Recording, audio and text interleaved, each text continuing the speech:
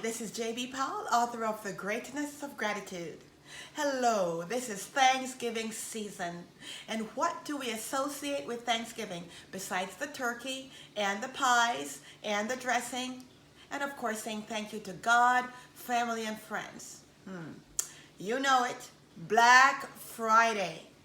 Do you know that on Thanksgiving Day alone, not Black Friday, but on Thanksgiving Day alone, shoppers spent over $4.2 billion online. And of course, that's a 14.5 increase from last year. What on earth did they buy with $4.2 billion? Which brings me to this week's topic of money. In chapter 15 of the book, I talk about money and gratitude, and it's entitled, Gratitude Affects Your Money, Honey. In the chapter, I want to point out to us, and I want to remind us this week, that we are stewards of what God has given us. Money is not a dirty word. And you know, it's only last year that I have begun to realize and began to see that money is not a dirty word. I used to be afraid to ask for my money. Do you know I would give my clients their bills and would be afraid to ask for it? Would be shy about asking for my money, until my friend's dad came down to visit her, and in talking with me as I shared my Relive products with him, he asked me a pointed question. He said, are you wanting to make money? Because you must decide if you are a capitalist or not. At that point, I hung my head.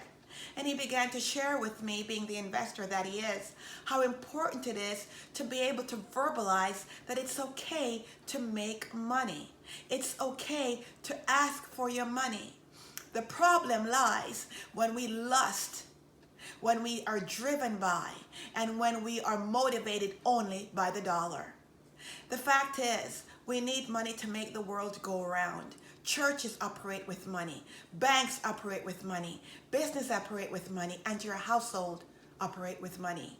Let me ask you, in the business of the season, how do you plan to manage your money? Are you going out to spend and buy things you don't need for people who don't even like you anyway? Or are you going to budget wisely and manage what God's given you without complaining that you do not have enough? Now, of course I would love to have more. You would too. But we have what we have. The key is how we manage what we have and how we are grateful for what we have. Maybe this year you don't have as much as you had last year. Maybe your business didn't do as well this year. Maybe your business did great this year. How do you plan to manage it?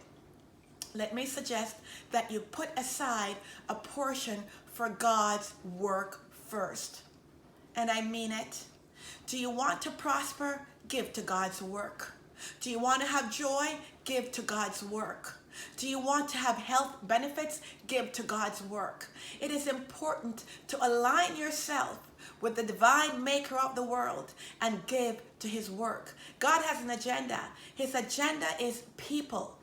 And so when you give to God's work, you're not giving to your pastor. And if your pastor misuses it, woe be unto him. Don't worry if they misuse it at your local church. Give to God's work. Look around you. Look at the Salvation Army. In town here, we have the Bargain Box, Harvest House, Beauty for Ashes, and a myriad of other places to which you can give. Find it in your heart this Christmas, this holiday season, to look beyond yourself and give. If you look on your own block, there may be somebody who needs help. If you look in your church, there may be someone who needs the help. If you look at your workplace, there may be someone who needs help. Rather than buying 15 different shades of lipstick, give to somebody in need. There are missionaries overseas. Voice of the Martyrs is one organization that supports Christians who are in dire straits and suffering for the sake of Jesus' name. Give to them. If you want to prosper, you must align yourself with the divine maker of the universe and find a way to give to his work. Do not grumble and do not put poverty on a pedestal.